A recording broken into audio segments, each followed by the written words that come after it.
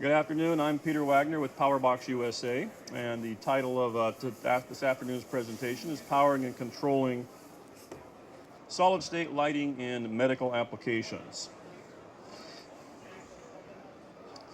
And basically, all this presentation will be available on the web, and so we're going to skip through a lot of this stuff because you don't really need to go over it here and waste the time here. Because what this is this is a 3-hour presentation I've tried to condense down to about 20 minutes, and which means we're going to have to whip through a lot of this stuff. And unfortunately, you guys are the first test audience on this new condensed version. Alrighty, what did we do here? Okay, what we'll do is we'll briefly go over some basics of LEDs and power supplies. Be interactive. Feel free to ask any questions in the middle of the seminar, all right? That way I know what you guys, it's important to you guys. And I'm going to load dump a lot of the good stuff towards the end, and then there'll even be more posted on our website here in a couple days. This whole seminar plus a whole lot of other stuff.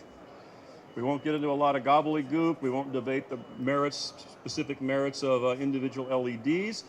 Keep in mind, I'm a power supply guy, not an LED guy. And we won't discuss marketing hype. Okay.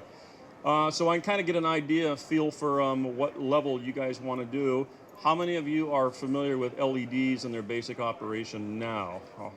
Okay, so fairly much most of you guys. Okay, so we'll skip over a lot of the LED stuff then, okay? And again, you'll find all this on the website. Okay, lots of variations of LEDs. They come in, a myriad of different types and configurations. That includes medical applications as well. When you get into the medical luminaires, basically you're taking the individual LEDs and you package them into individual lights. That one is being demonstrated at our booth at 2072, by the way. But the most important thing is this. A solid-state lighting system is a system. A lot of people tend to think it's just LEDs, hook up some power, and they're going to last a long time and be fine. It's not. You have to have light management, which basically means your reflectors and your lenses, your cooling methodology, if you want those LEDs to last any kind of length of time. How do you package them? And then you have a driver, which we'll get into a little bit later. And then you have control, if you want to be dimming those LEDs or changing colors and those kind of things, and then you got interconnections. All of those things can conglomerate your system for your medical lighting. But there's more to the story, okay? You need to have select certain LEDs, okay? You need to incorporate such thing as color temperature, color rendering index, efficiency, inrush current, IP ratings, transient protection, power factor correction. All those kind of things are all details and part of the systems. Okay, I'm currently working on 2 application notes here. One of them is solid-state lighting, and the other one is the devil's in the details. That one is pretty much done. That one is in process, and the devil is in the details because I'm going to tell all you folks some of the things that most of your manufacturers sometimes omit, either accidentally or deliberately. But these are the kind of things that kind of come back and bite you in the ass. So, okay, that means it's a bit more involved than just screwing in a light bulb. Something we all typically take for granted. You've got photometrics, you've got electrical, thermal, mechanical engineering, okay? Something a light bulb actually has all too. But the light bulb has been done for 100 years, so all that stuff was done back in Thomas Edison's time, and and GE and Sylvania and all the rest of them. So it's a little bit more complicated. And of course, then you got the difference between marketing and engineering, okay? Okay, everybody knows LEDs last forever, right?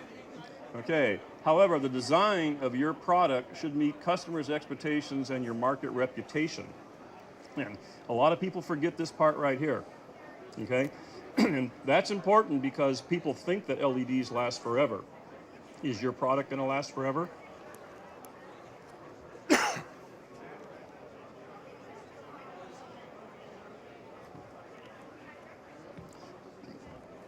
In the end, the quality of your product will determine if these goals are met.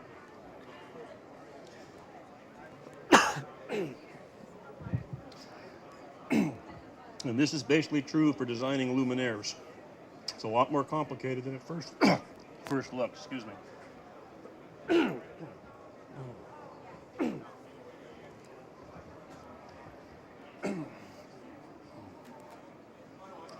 Okay, all LEDs are current-driven devices. The amount of light is roughly proportional to the amount of current. Unfortunately, so is the heat. Okay, you basically push current through an LED when your drive voltage is greater than the forward junction voltage of the LED. A lot of people are not aware of that different color of LEDs have slightly different forward voltage drives. That's something you have to take into account when you're driving, especially in applications that use multicolored LEDs. And typically a red LED is about 2 volts, blues around 4, whites are typically 3.3 to 6. However, you see a lot of LEDs that have a drive current of 350, 700 milliamps, 1 amp, 2 amps, sometimes even higher. What most people are not aware of is those are basically LEDs that are arranged in a series parallel combination, and you get the most efficiency when you drive your individual LEDs at about 15 to 30 milliamps of drive current. So basically that's where these larger drive currents come from, is because the manufacturer's putting the LEDs in a series parallel arrangement, and then there's where those kind of drive currents. Okay, why is it important to control an LED through the current through a LED? Here's the reason why. Is basically as your drive voltage increases, your forward current increases dramatically. Okay, and so if you don't control this drive current in a very tight range, this drive voltage, this drive current is going to exponentially go very high. When it goes high, you get more light out of the LED, which can actually be used to your advantage to deliver more lumens. Okay, but at the same time, it also generates more heat, and heat is the killer of all electronics, including LEDs. If your source voltage is relatively stable, you can simply use a resistor ballast to limit the current through the LEDs, just like this right here. Okay, you can put more than one LED in those strings. This is typically used in more of your lower cost applications and non-critical kind of applications. The important thing, and especially if you're looking for green or high efficiency, is that resistor is going to waste power, and something that's typically undesirable in a LED efficient kind of application where your customer is looking for more lumens per watt. Things to be aware of: LEDs have a negative temperature coefficient. Okay, Cree, one of the largest manufacturers, their very popular MCE series is -4 millivolts per degree C. This means as the LED heats up, the resistance goes down. If you're driving with a constant voltage source, basically what that'll mean is now that your drive current is going to go up. So that's why you have to control that. No two same part numbers LEDs have exactly the same light output or forward voltage. There are slight differences. Whether those slight differences come into play or not will depend upon your application. However, if you ask the manufacturers to bend their LEDs to narrow the differences, you're going to pay a lot more for the LEDs, and in some cases considerably a lot more. LEDs do not like to be reverse biased. Typically 5 volts is all they can tolerate before generating magic smoke, if any of you have ever popped an LED. Okay. Here are some more variances of LEDs. Basically all kinds of characteristics that you see over here. What you see is, you don't see any straight lines in any of these kind of applications, okay? Depending upon what you guys are doing in your product, you're going to have to take into account some of these variations and the nonlinear characteristics of the actual performance of the LED. Okay, an LED driver, okay? The easiest way to think of this is that an LED driver performs a similar function that a ballast performs in a fluorescent lamp. It precisely controls the current flowing through the LED and negates the impacts of voltage, temperature, and LED differences, okay? And in the LED industry, they use a lot of terminology that is completely different. In the electronics industry, the medical electronics industry, you have power supplies. As soon as you start talking about LEDs, they don't call them power supplies anymore. They call them drivers. And us power supply slash driver manufacturers. We haven't figured out whether that means we can charge more or less for them yet, so that's something we're still kind of working on. But when you get down to it, there are 4 basic ways to power the LEDs. You have AC voltage to constant voltage, and then you drive your LEDs on that string like we were talking about. You have AC to constant current, DC to constant voltage, and DC to constant current.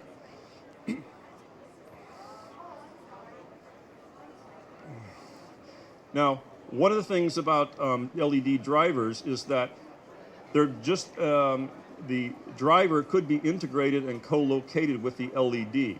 This is typically an IC driver, for those of you who are familiar with those. Unfortunately, in the lighting industry, they still call those a driver too. Because remember, the LED is a constant current device. So if you're providing a constant voltage source, somewhere along the line, you have to provide a constant current driver for the LEDs. And most of your major IC manufacturers now all make an IC chip, which you then co-locate with the LED, and then that is called a driver too. So one of the differentiations that you have is you have a driver big D, which typically has AC voltage coming into it, which then has all the control and logic to it integrated inside that big D driver, which then goes down to the LED for constant current. Or you might have an AC to constant voltage supply, which then uses a small D driver, which is an IC chip, which is then co-located inside your luminaire with the actual LED. Driver selection. LEDs come in increments from about 1/4 watt as discrete components to about 25 watts for some high power engines. That's about a 100-to-1 ratio. So that basically means your drivers are going to be having a wide variation as well. A solid state light may use just one LED or engine, or may use many depending upon how much lighting is needed. If you're using a spot application for medical imaging as an example, an exam little lamp, that might only use a couple LEDs. If you're looking to replace some of these things up here, you're talking about a completely different level and amount of light. So the number and the light output of the LEDs is going to vary widely. So what that means is you're probably going to have a best fit compromise between what you need and what is off the shelf and available. With any kind of quantity, it is always best to match the driver to the LED rather than the LED to the driver. Many driver manufacturers will provide custom solutions or cost-effective modified standard solutions to do just that. Okay, going back to the increments over here, when you see there's a wide variety of 1/4 to 25 watts, and now you have the AC input coming in, that means there has to be a large amount of drivers. Most manufacturers, including us, do not make that many drivers in 1/4 watt increments to 25 watts times n, how many LEDs you're using. Driver functions. Most solid state lights are AC powered. You've got regulatory requirements for safety, EMI, efficiency, including local lighting rules. Here's one that a lot of people forget. You have to have AC line transient protection. Here in California, you don't have it too much. This thing called lightning, but if you go into other parts of the country, lightning blows out stuff all the time. An incandescent light bulb is very tolerant to lightning. An electronic component is not. Temperature, isolation, precise monitoring and control. A medical driver. A driver for medical applications has to meet the same kinds of things, but then you've also got medical, which is 60601. Since few exist, as far as I know, I don't know of very few drivers that have 60601 approvals. You basically have to have a custom medical grade driver, but another way to do it is to separate the driver functions by using an off-the-shelf medical grade AC to constant voltage supply, and then follow that by a DC to constant current driver. Okay, doing that gets you your 60601 approvals, and now you go low voltage DC over on your driver side for everything. Here's some quick checks on driver quality, and these apply to all power supplies in general, LED drivers too, basically. Those are the kind of things. If you want to dim your LEDs, there's a couple different ways you can do it. You can do analog dimming, or you can do digital dimming, okay? It all depends on how you want to do it and what kind of artifacts that you might want to have to do. the output of an LED is proportional to the forward current. So you can dim the LED just by reducing the forward current. However, when you change the current through an LED, you also shift the frequency of the light a little bit, okay? In many applications, that's not important. In some applications, it is. Red and yellow LEDs typically have a larger spectral shift than blue, green, and white LEDs, okay? So that's something you need to take a look at depending upon your application. Is shifting the color a little bit going to impact your application? Or you can go dimming LEDs with a digital control, which basically is pulse width modulating. Basically, you're turning the LEDs on and off at a rapid frequency. However, if you do that, the pulse width modulation frequency must be high enough so that the LED appears to be continually lighted. Otherwise, the rapid on and off will cause flickering, which will be distracting. So typically 120 hertz is the minimum PWM frequency. If you are lighting moving objects, you require a much higher frequency. How high a frequency? All depends on how fast the thing is moving. Otherwise, you end up with a stroboscopic effect, okay? And something moving could look like it's stopped, and you put your hand in it, and it's not stopped, okay? Some of the AC and constant voltage and many DC to constant voltage drivers have PWM options built in. Again, these are typically drivers big D, those will be typically drivers little d with ICs. How you want to control the dimming, okay, there's a wide variety of ways to do it. Here's some industry standards, okay. 0 to 10, okay, is an industry standard for typically lighting controls. Some drivers have a built-in 10-volt source, allowing you to put a low-cost potentiometer out there, allowing some manual controlled dimming for 19 cents. Then there's DMX, DALI, and things like that. Phase controlled dimming, okay? Everybody typically in their house, you've got a dimmer on your wall, basically for dimming your analog lights, okay? Those are using phase controlled dimming. And basically what you're doing is you're chopping the AC cycle, either leading edge or trailing edge, reducing the average AC voltage, okay?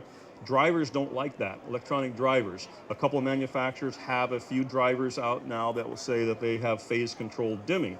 However, in actual practice, you better test them because sometimes they work with somebody's dimmer and not somebody else's dimmer, somebody's LEDs and not somebody's LEDs.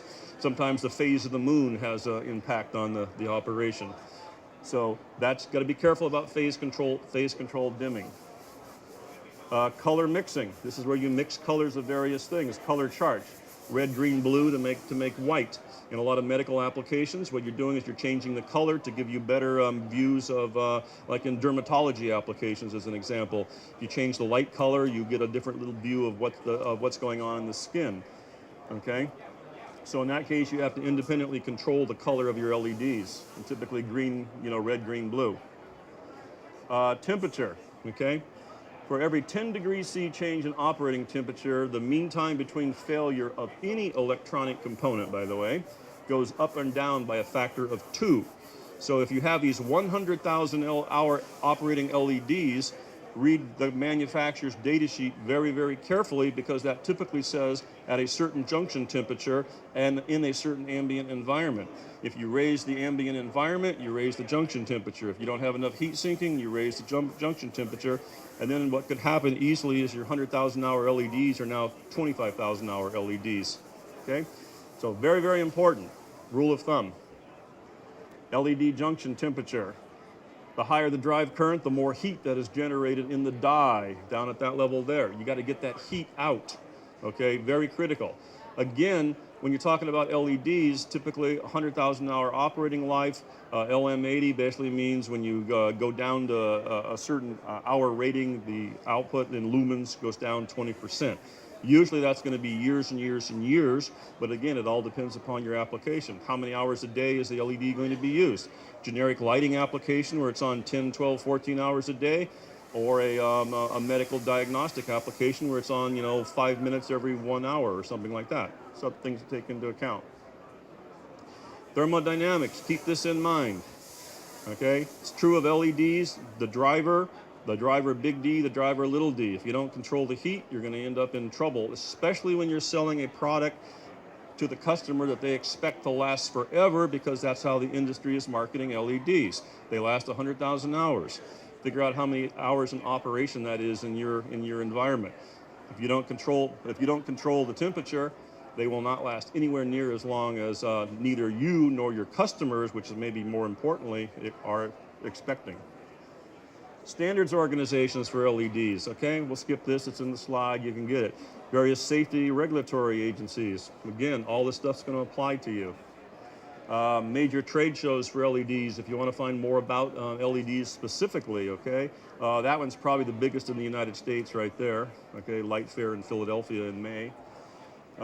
Organizations and media, again, that you can find more information on LEDs.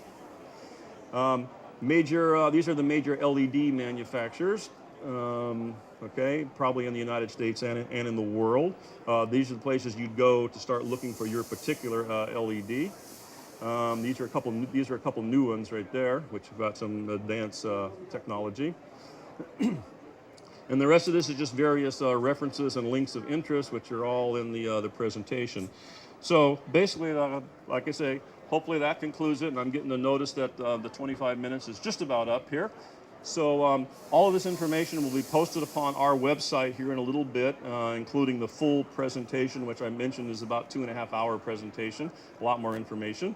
If you'd like some information, we have some on drivers, which is what we are.